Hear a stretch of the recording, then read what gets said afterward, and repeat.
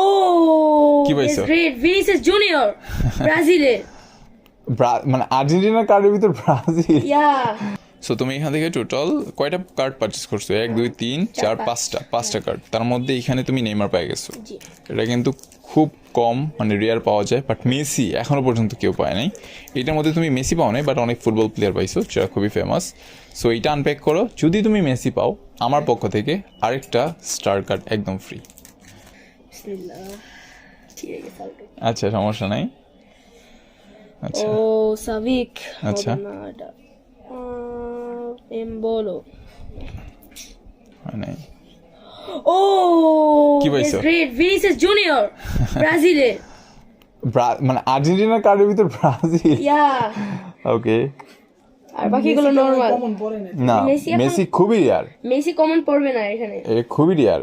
I don't think so যে Messi Yeah. আসেও কিনা না। যাক, অনেকগুলো রেয়ার পাইছো।